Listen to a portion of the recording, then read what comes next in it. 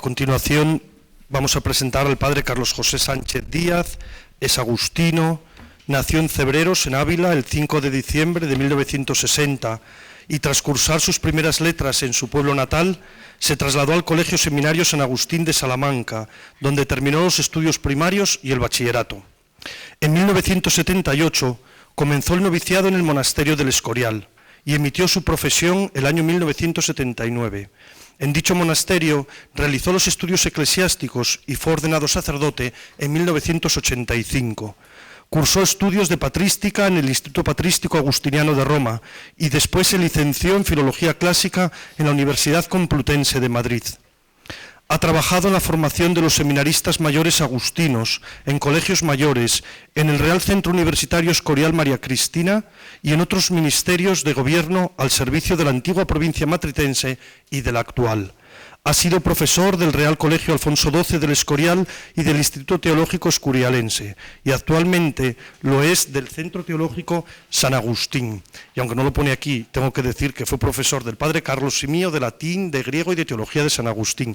Así que con gran devoción le vamos a volver a escuchar otra vez más. Muchas gracias por venir, padre Carlos José. Qué viejos vamos siendo. Bueno, muchas gracias, padre Víctor, por esta presentación y por la invitación que me hiciste a venir aquí, aunque no me dijo que iba a haber cámara y que iba a salir por televisión. Bueno, saludo a los que nos estén viendo. Esto es bueno porque así lo que hablamos aquí pues tiene más repercusión fuera y lo pueden oír más. Pero si esto es un tostón, significa que la penitencia no solo la hacemos los que están aquí, sino los que están ahí, o que están ahí se pueden cortar. Bueno, pues como el tiempo de Cuaresma es un tiempo de ayuno y de penitencia, a mí se me ha ocurrido hablar de lo contrario. A mí se me ha ocurrido hablar de comida. Hay alimentos que en la Cuaresma no solo están, digamos, prohibidos, sino que están muy recomendados. Bueno, pues entonces voy a empezar por el subtítulo de la charla, que se titula Cuaresma y Palabra de Dios. Ya aclaro aquí que el término palabra de Dios lo empleo en sentido restringido. No me refiero a todo el depósito de la palabra de Dios, que como saben está compuesto por la tradición, por la Sagrada Tradición y la Sagrada Escritura, sino que me voy a ceñir solo a la palabra de Dios como palabra escrita por inspiración del Espíritu Santo y por tanto a la Sagrada Escritura. Además, no me voy a referir a todas las relaciones entre Cuaresma y Palabra de Dios, porque esto es amplísimo, tiene muchos enfoques y entonces nos darían aquí las 12 de la noche. Tampoco pretendo dar una conferencia académica, mi intención es más modesta. Es decir, lo que pretendo aquí cuando he relacionado Cuaresma y Palabra de Dios es un poco poner la misma relación que hay entre un cuadro y su marco, entre la pintura y el marco. En este caso, el marco es la Cuaresma y la pintura, que es lo que me interesa hablar, es la palabra de Dios.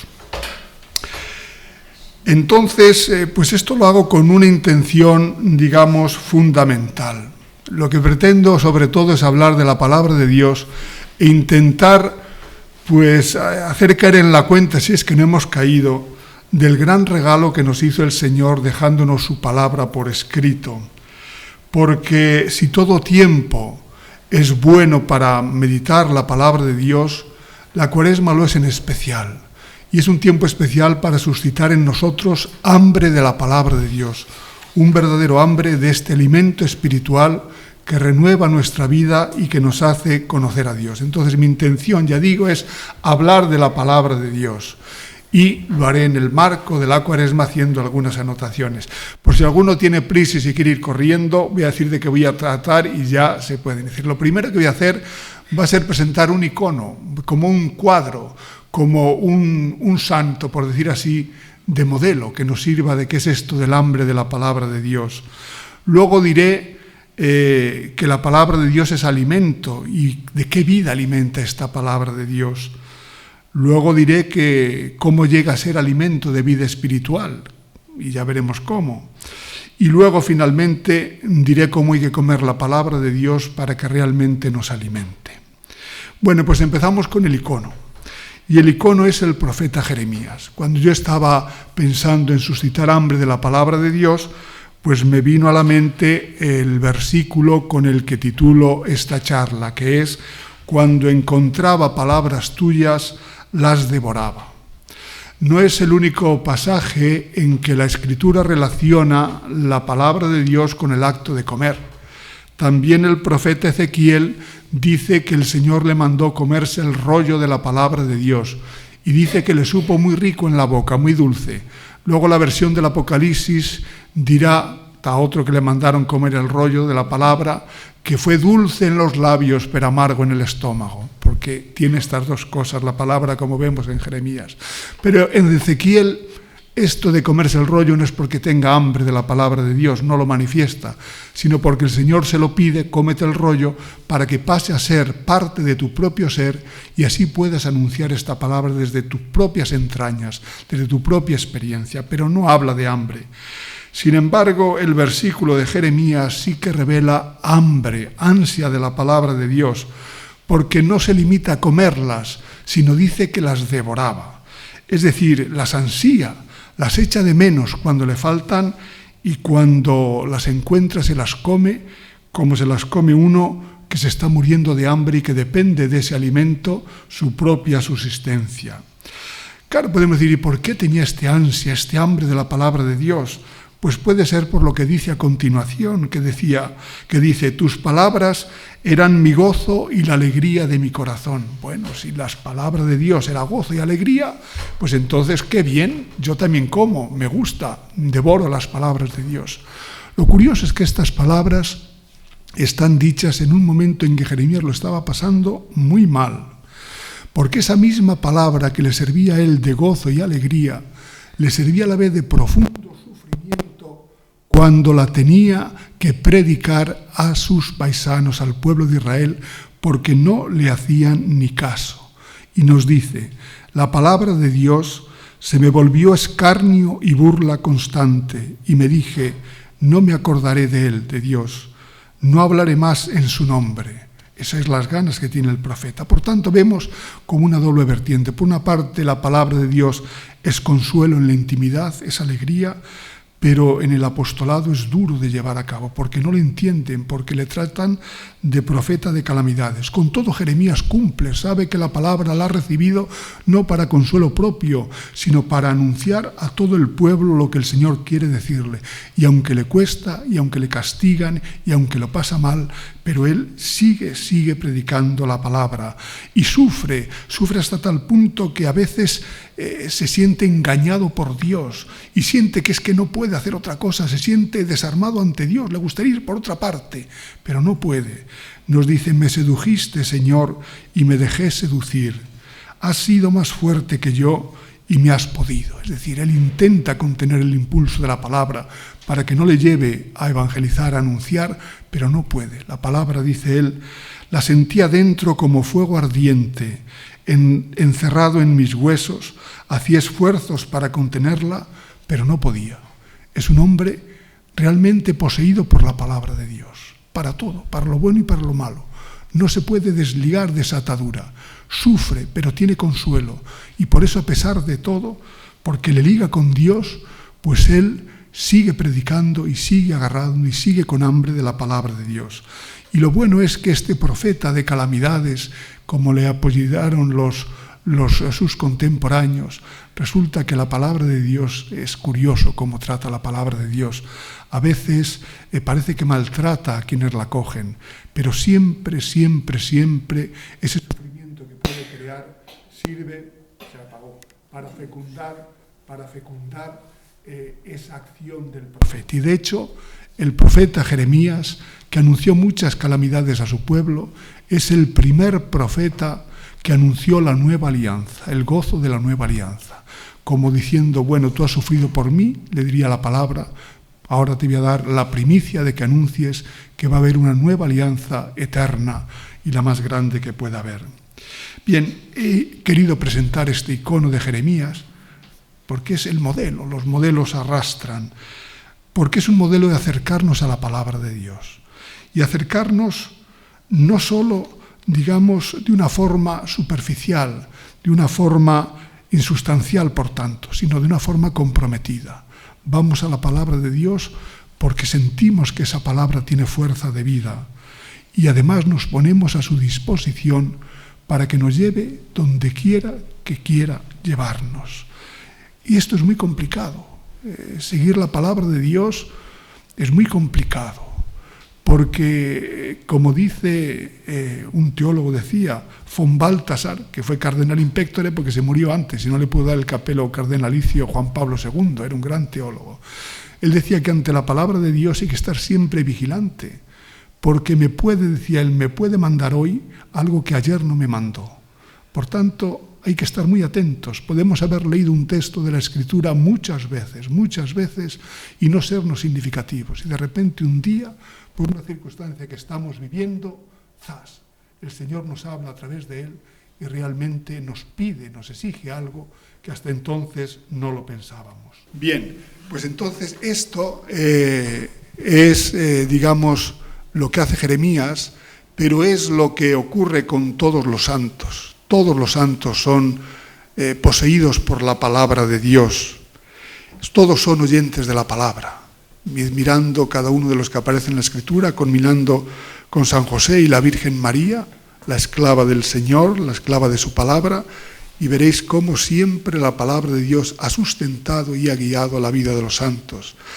El Papa Francisco, en la homilía del Domingo de la Palabra de este año, hacía ver precisamente cómo esa palabra había ido calando en diversos santos, cómo había calado en San Antonio, que fue un día a la iglesia y oyó: vende todo lo que tienes, dálaselo a los pobres, sígueme, y dijo: eso va para mí.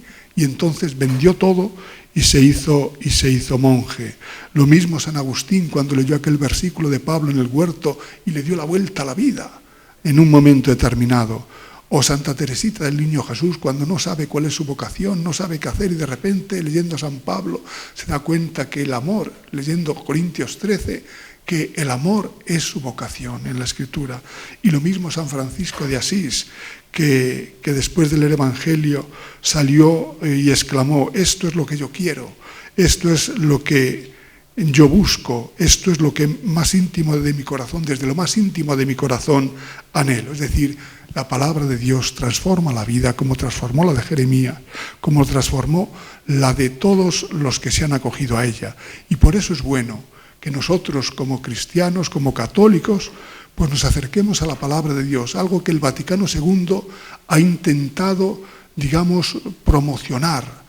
Sabéis que después del protestantismo, a veces el catolicismo siempre, la Iglesia y el catolicismo siempre se ha fundamentado en la palabra de Dios, pero eso de que los fieles leyesen la Escritura por su cuenta tenía problemas por si salían cosas raras. Bueno, el Vaticano II nos ha dicho: no, lean ustedes, hombre, lean, no se priven, porque realmente pues es muy interesante leer la palabra de Dios. Y se ha hecho mucho, pero queda mucho por hacer. Lo último que se ha hecho pues es la institución de ese Domingo de la Palabra, el tercer domingo del tiempo ordinario, que lo instituyó el Papa Francisco en 2019. Es decir, yo lo que les invito, por tanto, es a hacer lo que hacía San Agustín, lo que decía al principio de muchas de sus homilías, que decía: he llamado a la puerta de la palabra para encontrar finalmente lo que el Señor me quiere decir. En la Escritura vamos a encontrar lo que el Señor me quiere decir a mí en mi situación concreta. Bien, el icono. Vamos a ver ahora cómo la palabra es alimento. Bien, pues la palabra es alimento y Jeremías lo sabía muy bien. De hecho, Jeremías estaría muy de acuerdo con otras palabras que leemos el primer domingo de Cuaresma. Este año no, porque tocaba San Marcos, pero el resto de años sí, porque son las tentaciones en versión larga. Y entonces son las palabras con las que Jesús contesta a Satanás cuando le pide que convierta las piedras en pan. Y dice: está escrito, no solo de pan vive el hombre, sino de toda palabra que sale de la boca de Dios.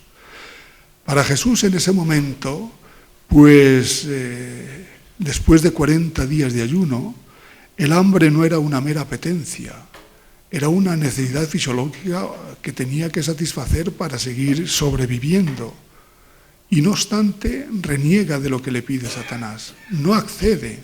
Y es más, contrapone dos tipos de vida, no opuestas, sino complementarias, pero las contrapone.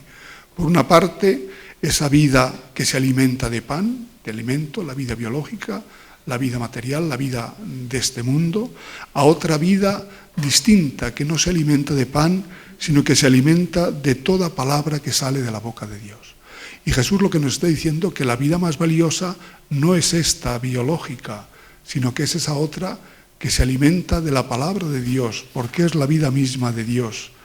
A esta vida que va más allá de la biología no le basta el alimento material, no le bastan las cosas materiales, no le basta las pompas de este mundo. Lo único necesario para esta vida es la palabra de Dios. Y tan esencial como es a esta vida mortal el pan para seguirla manteniendo hasta un cierto tiempo, lo es para la vida que va más allá de la biología, esta vida de Dios, el acoger la palabra de Dios dentro de él. Bien, por tanto, vamos a ver, la palabra es, por tanto, alimenta una vida. Vamos a ver qué vida es esa. Pues resulta que la palabra no crea la vida que nutre, como tampoco el pan crea la vida que nutre. Se lo encuentra ya la vida y lo nutre. Así pasa con la palabra. La fuente primera de esta vida, que se alimenta de la palabra, no es la naturaleza como en la vida biológica, sino que es el misterio pascual de Cristo.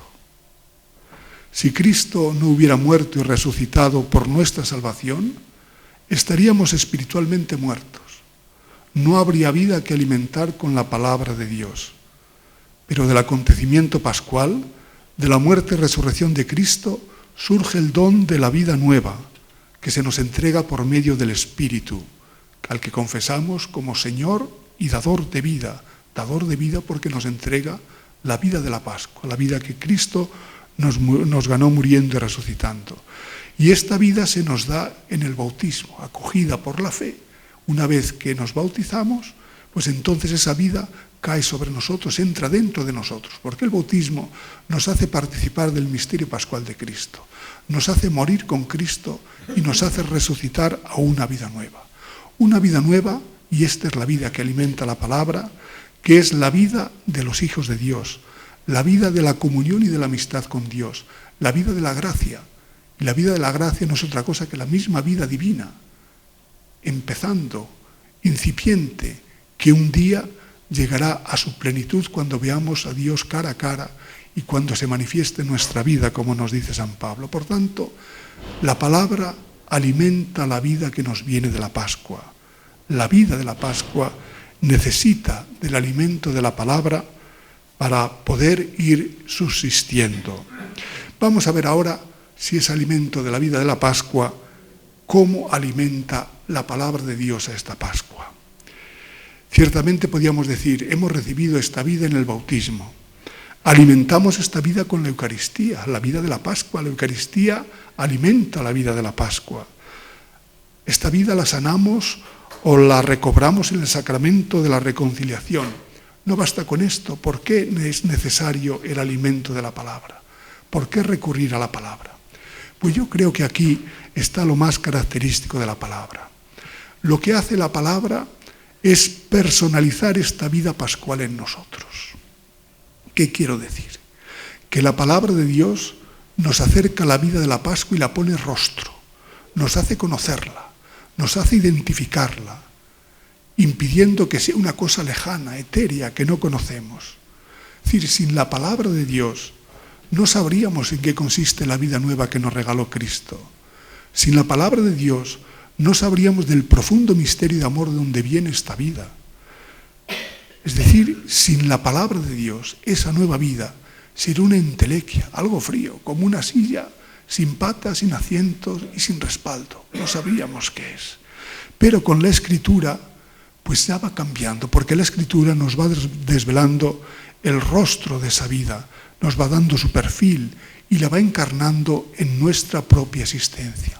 Cuando vamos a la Escritura desde nuestras circunstancias personales y adaptamos lo que la Escritura, o dejamos mejor que la Escritura se encarne en nosotros, entonces esa vida, pues digamos, se va alimentando y va creciendo. Y además, en la medida en que dejamos que la Escritura vaya transformando nuestra vida, resulta que luego nuestra vida transformada nos ayuda a interpretar la Escritura de una manera más profunda.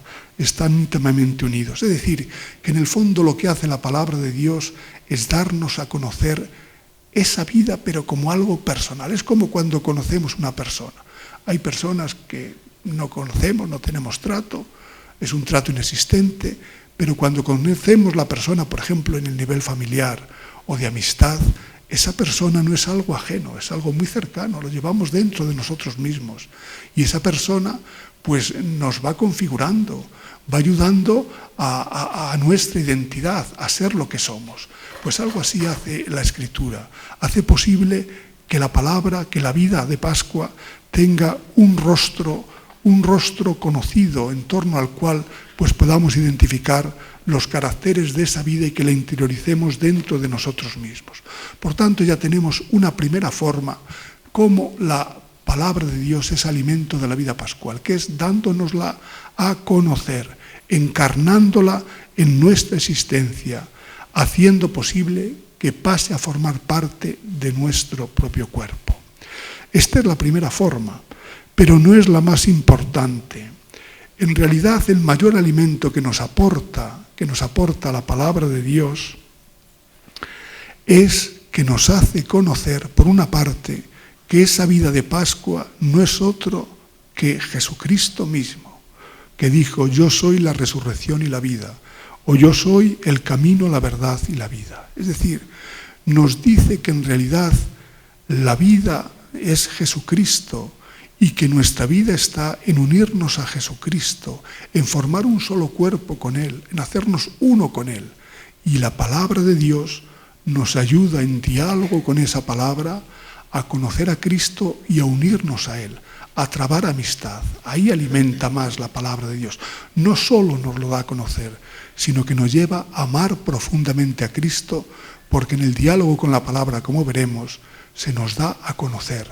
Lo conocemos como un amigo conoce a otro amigo, desde lo profundo, desde lo interior. Bueno, y dicho esto, unas primeras pinceladas, vamos al marco, vamos a la Cuaresma, a ver qué tiene que ver esto con la Cuaresma. Bien, hemos visto que la palabra nutre la vida de la Pascua. Ahora bien, la Cuaresma, como todos sabemos, pues es preparación para la Pascua, para recibir esa vida nueva que Cristo nos ganó en la Pascua, que además es una vida que ya tenemos dentro de nosotros, porque nosotros como bautizados ya tenemos la vida de la Pascua, ya hemos muerto al hombre viejo y hemos resucitado al hombre nuevo, ya lo tenemos dentro, ya es un don que tenemos. Por tanto, en cierta forma, la Cuaresma no es otra cosa más que intentar sacar todas las potencialidades de esa vida nueva que el bautismo nos dio, sacarle brillo y darle lozanía. Por eso no nos debe extrañar que la Cuaresma, en principio, se creó como un camino de preparación para los catecúmenos que se iban a bautizar el día de la Pascua. Y a esta preparación, que en un principio solo era para los catecúmenos, luego se unió toda la comunidad creyente, ya bautizada, pero veía que, claro, el don de la Pascua, de la vida, es tan grande que siempre queda algo más que hacer, que nunca la vivimos en plenitud, en fin, que hay que convertirse, que hay que recrearla.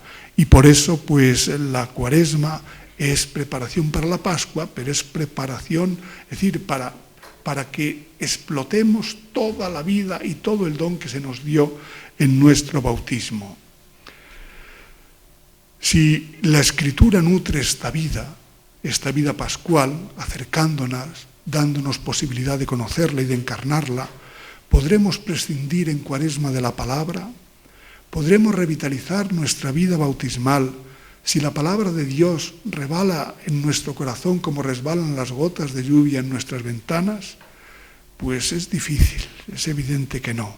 Por eso en Cuaresma es un tiempo muy bueno para preguntarnos y para que resuenen mejor en nosotros las palabras de Jesús. No solo de pan vive el hombre, sino de toda palabra que sale de la boca de Dios. Es decir, es bueno que nos preguntemos: ¿yo de qué estoy viviendo? ¿Estoy viviendo de la vida nueva que me regalaron en el bautismo o vivo de otras vidas, de otros intereses, de otros fuegos? Porque a veces podemos hacer así, pensar que estamos viviendo de lo que hemos recibido en el bautismo y luego nuestra vida está en otras cosas. Como anécdota les cuento que cuando yo estaba preparando esto, iba un día paseando por la calle y de repente me topo con una marquesina que anunciaba una compañía de comunicación y había grandes deportistas y ponía el deporte que te da la vida ahora en un solo lugar. Bueno, pues ahí tenemos un caso, el deporte da la vida. Mucha gente le da la vida. Bien, está muy bien que el deporte nos dé la vida. No lo critico, pero detrás de esa vida del deporte tiene que estar la vida de Cristo, que es la única que realmente está ahí. Por tanto, si no tenemos la Escritura para conocer mejor esa vida, si no tenemos la Escritura para entrar en comunión con Cristo, para hablarlo, para escucharlo, esa vida que está ahí dentro quedará como la simiente aquí, si le echamos en este pavimento. Por tanto, cuando la Cuaresma nos invita a la conversión, tiene que ser en primer lugar una conversión hacia la palabra de Dios, una conversión a volvernos a ella, a ver qué nos quiere decir. El ayuno y la abstinencia en Cuaresma no solo es de alimentos, sino que ha de ser también ayuno y abstinencia de todo aquello que nos aparte de acercarnos a la palabra de Dios, que es la fuente de la vida. Y la oración, que es la otra actividad que se nos pide en Cuaresma, pues ha de tener un cariz bíblico, es decir, una lectura orante de la Escritura es lo que alimenta una auténtica oración. Sin acercamiento a la palabra, no vamos a evitar que otros alimentos de fuera de la palabra nos colonicen y nos sacien y estraguen nuestro gusto. Es preciso, por tanto, ir a la palabra. San Agustín decía, voy a emplear el latín aquí en honor de mis antiguos alumnos, sic vive ut vivas, es decir, vive de tal manera que vivas. Naturalmente aquí el verbo vivir está tomado en dos sentidos. Sic vive es la vida biológica, pero ut vivas, para que viva realmente, es la vida de la gracia. Es decir, haz de tu vida, de tu vivir, algo que realmente te lleve al encuentro con la gracia de Dios, con la vida de Dios. Y entonces no vale solo el vivir, no vale solo el alimento material, no vale solo la vida material. Es necesario vivir de la gracia, y para vivir de la gracia hay que vivir de la palabra de Dios. Por eso, pues, en toda la tradición cristiana, pues, aunque nos alimentamos en la Eucaristía del cuerpo y la sangre de Cristo, que es el alimento por excelencia, sin embargo va precedido siempre por la liturgia de la palabra. Siempre, desde tiempo inmemorial, desde época apostólica, a la mesa de la Eucaristía se llega previo a la mesa de la palabra, porque es la que va preparando nuestro corazón para que acojamos a Cristo. Y nuestros clásicos del siglo XVI ya decían que la oración tiene que basarse siempre en la Escritura o en las indicaciones de la Iglesia. Esto decía San Alonso de Orozco, que iba a hacer propaganda. He visto que hay un cuadro de San Alonso de Orozco, está muy bien, porque como saben era un agustino que vivió 30 años o más, algún año, por 30 años aquí en Madrid. Vivió en la Puerta del Sol, ahí si van, ahí empezando la calle Mayor, en ese edificio que hay, ahí pone una placa, que estuvo el convento de San Felipe. Y luego además fue el primer prior del Senado. Bueno, me aclaro, es decir, el primer prior del convento que era el Senado, que era un convento agustino, que se le dieron los agustinos con la condición de que el pobre San Alonso de Orozco fuese de prior, que tenía ya 90 años. Y este hombre, bueno, pues por obediencia aceptó ahí. Pero bueno, nos decía esto, que la oración tiene que basarse o en la Escritura o en lo que diga la Iglesia. Bueno, pues durante la Cuaresma vamos a tener muchas lecturas que nos van introduciendo en los diversos aspectos y es bueno que los acojamos porque eso enriquecerá esa vida que está en nosotros y cuando lleguemos a la Pascua pues nos hará entender y comprender y acoger mucho mejor todo esto. Bueno, hemos dicho que una forma de que sea alimento era esta, de darnos a conocer, de encarnarla, pero hemos dicho que hay otra. Y la otra forma es hacernos ver que la vida que anhelamos, la vida pascual, es Jesucristo. Es Jesucristo. Y a Jesucristo lo encontramos en la Escritura. Es decir, la palabra alimenta la vida pascual porque alimenta la relación con Jesucristo. Lo dice el mismo Jesucristo, es decir, esta es la vida eterna, que te conozcan a ti, único Dios verdadero, y a tu enviado Jesucristo. Este conocer no es teórico, es un conocer que viene del trato familiar, del trato amistoso. Y entonces nos dice también, nadie conoce al Hijo más que el Padre, y nadie conoce al Padre más que el Hijo, y aquel a quien el Hijo se lo quiera revelar. De tal forma que si queremos conocer al Padre para tener vida eterna, tenemos que conocer a Jesucristo.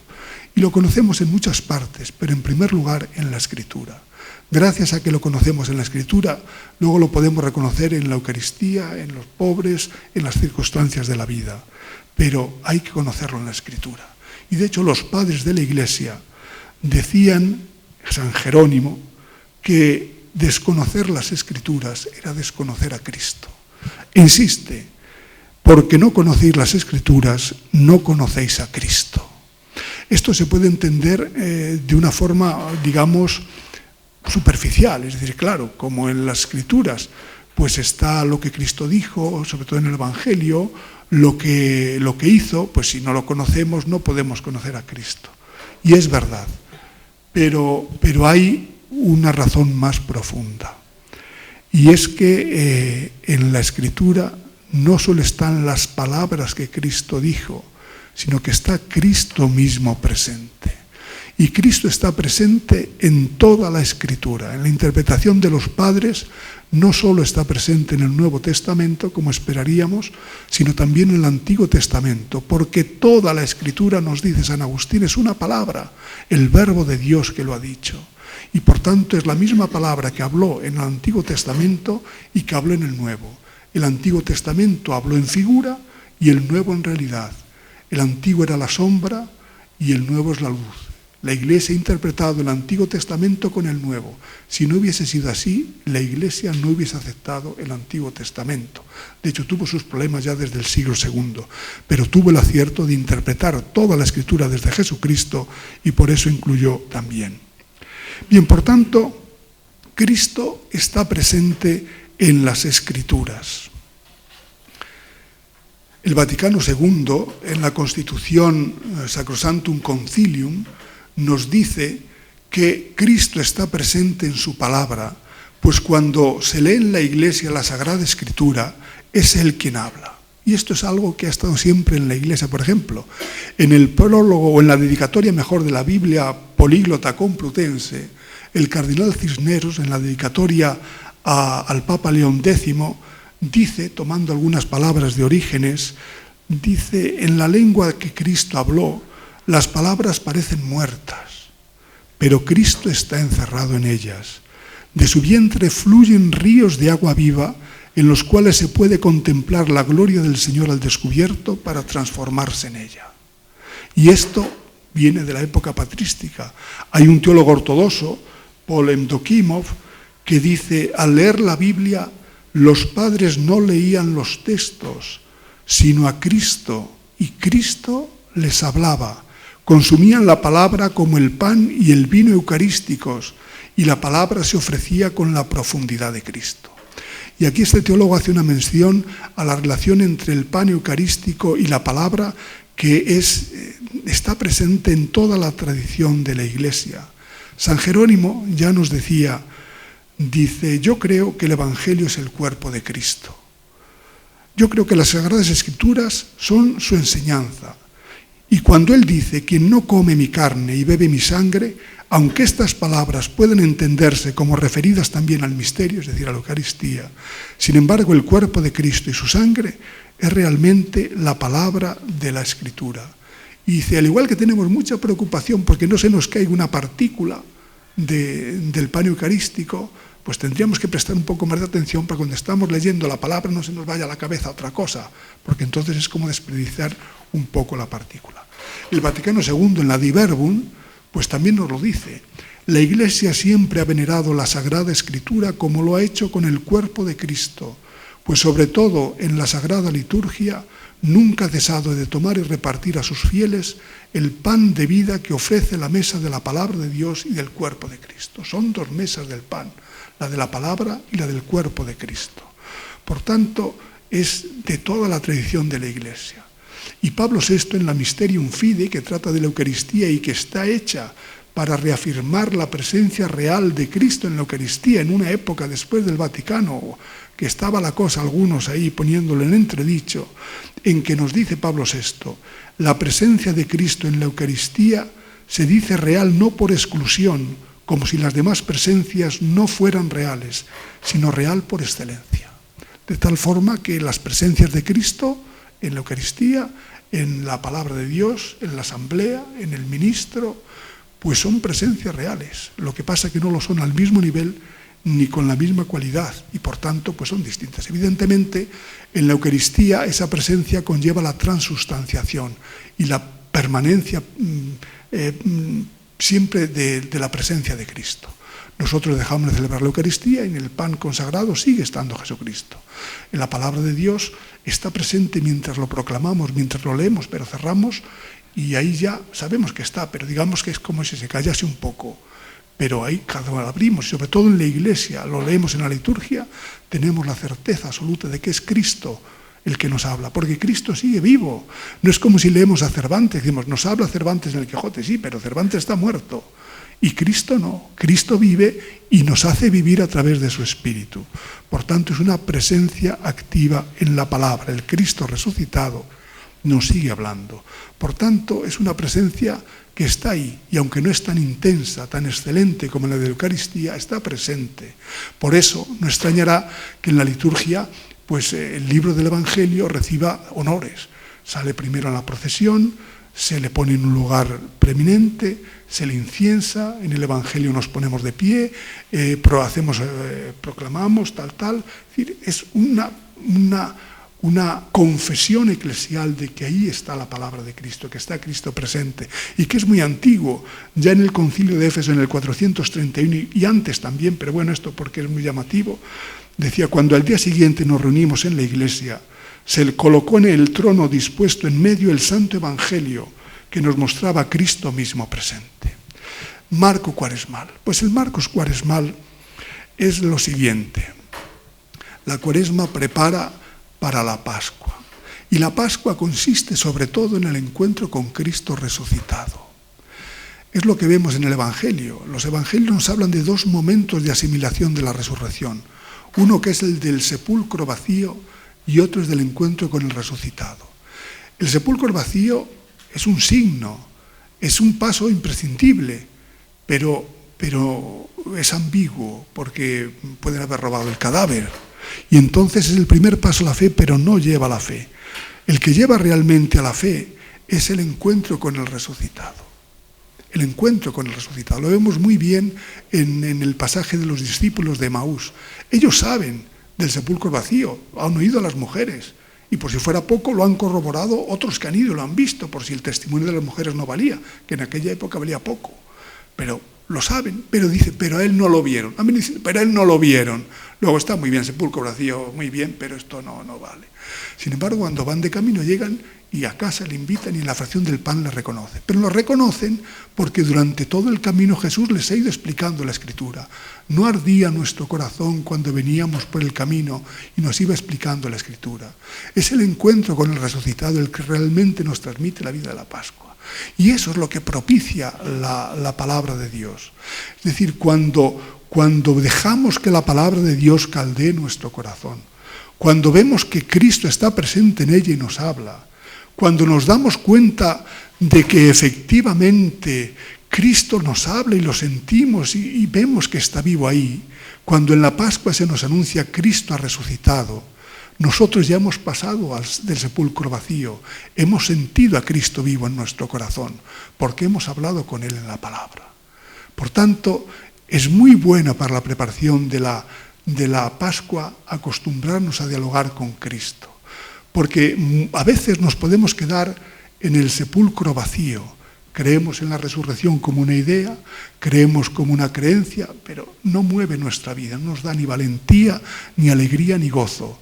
Sin embargo, si hemos preparado nuestro corazón con la palabra de Dios, si le hemos sentido ahí que nos habla y que enardece nuestro corazón, entonces la Pascua será encuentro con Cristo, encuentro con la vida, encuentro con el alimento que realmente pues es de la vida eterna. Por tanto, es bueno acercarse a la Escritura para encontrarse con Cristo. La segunda carta a Timoteo, San Pablo en ella nos dice al empezar que es apóstol para anunciar la promesa de vida que hay en Cristo Jesús. En Cristo Jesús hay promesa de vida. Y en la Escritura está Cristo Jesús con su promesa de vida. Depende de nosotros si aceptamos esa promesa, la dejamos que transforme nuestra vida o no.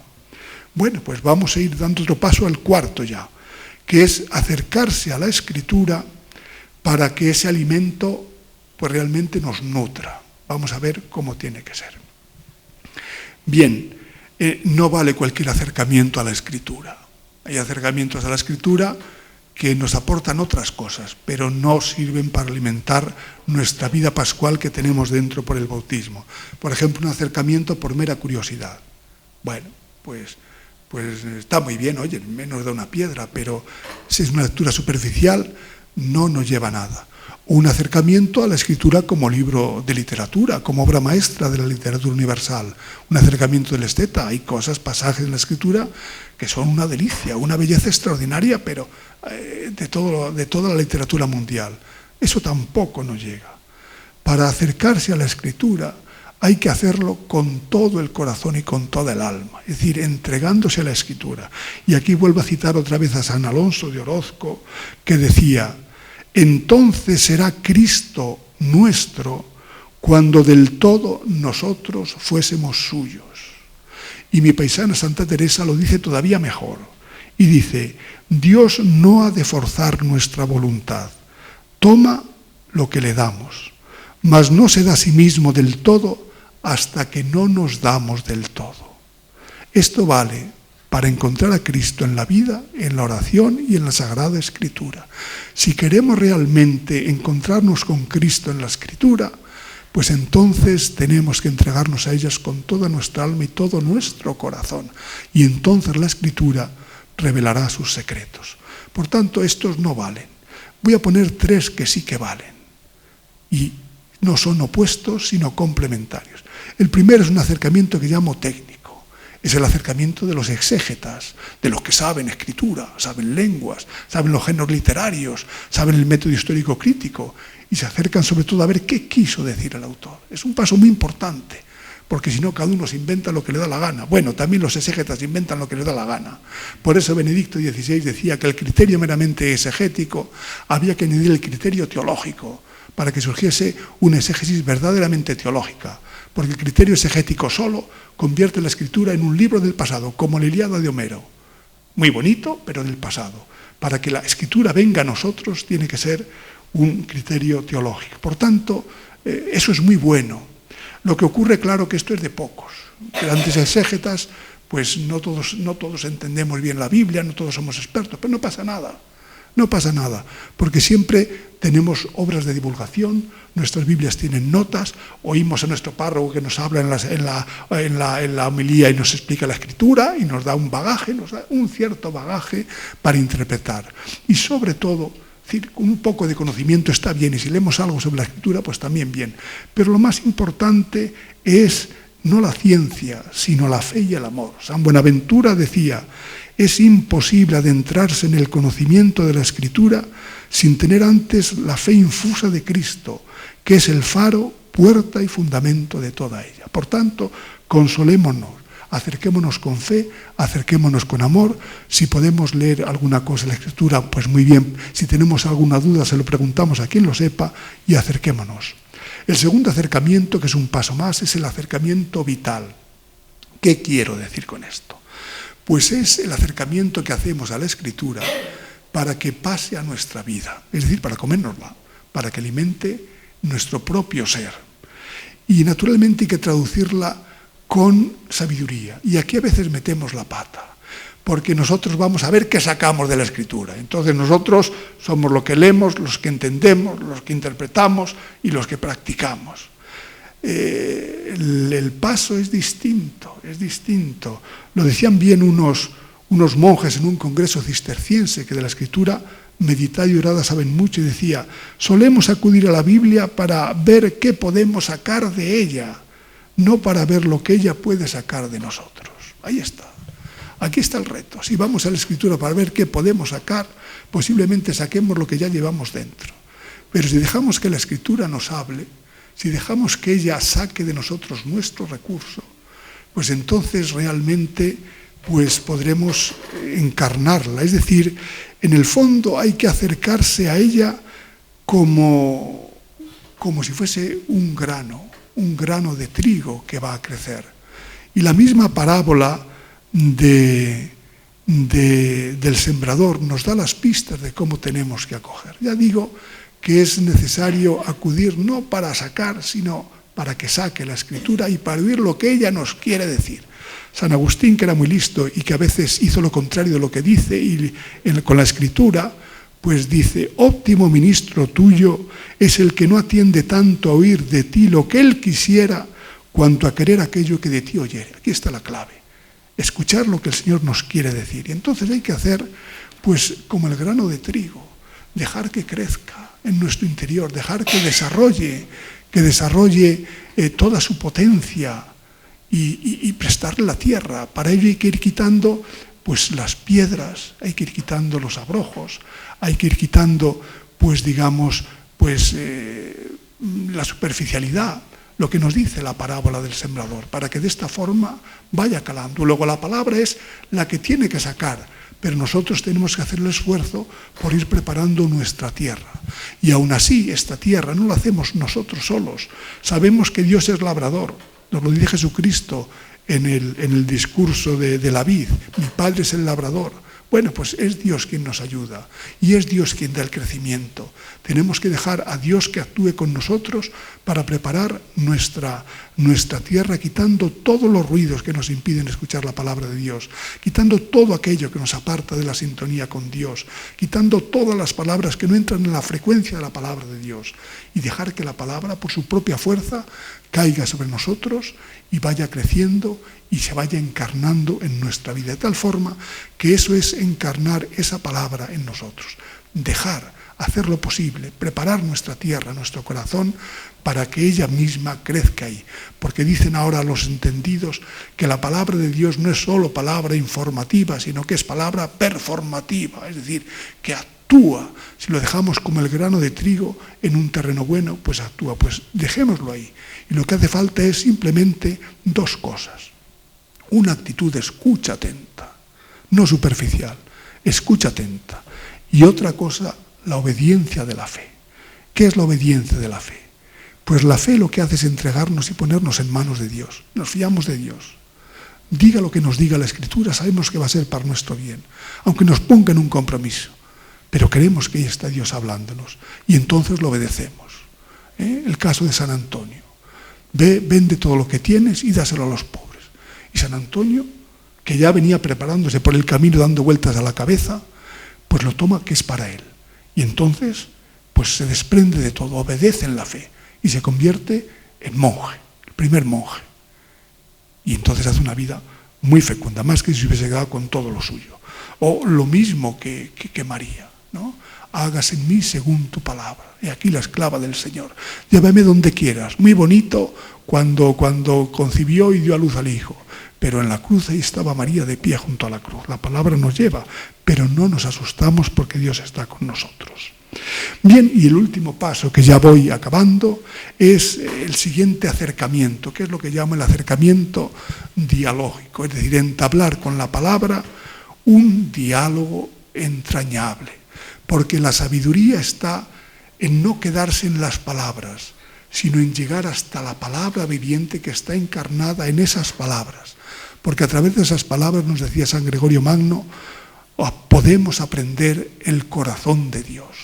Por tanto, no nos quedemos en la cascarilla, no nos quedemos en lo de fuera, vayamos por esas palabras al corazón de Dios y llegamos al corazón de Dios en diálogo con Cristo que está presente en la palabra de Dios. Cuando nos acercamos a la Escritura tenemos que ir con la idea de que eso no es algo que dijo Jesús hace 2000 años, no, Cristo con esas palabras sigue hablando al hombre de Dios y me sigue hablando a mí en mis circunstancias concretas. De tal forma que dice también San Gregorio Magno que si sabemos leer bien las Escrituras, sacamos para nuestra vida aquello que más necesitamos. Por tanto, hay que dialogar con esa palabra. Y en ese diálogo con la palabra irá creciendo el amor, porque irá creciendo el conocimiento. Nosotros leeremos la palabra y la palabra nos leerá a nosotros, que es lo comprometido. Nos irá poniendo delante de nosotros nuestras virtudes, pero también nuestros pecados, nuestras valentías, pero también nuestras cobardías, nuestros afanes, pero también nuestras dejadeces. Y podremos hablarlo con el Señor. Tu palabra me ha sugerido esto, ayúdame, es decir, hará posible un diálogo fecundo con todo. Por eso los padres, que eran muy listos y lo sabían, pues decían que en la Escritura, cuando nosotros leemos, Dios nos habla.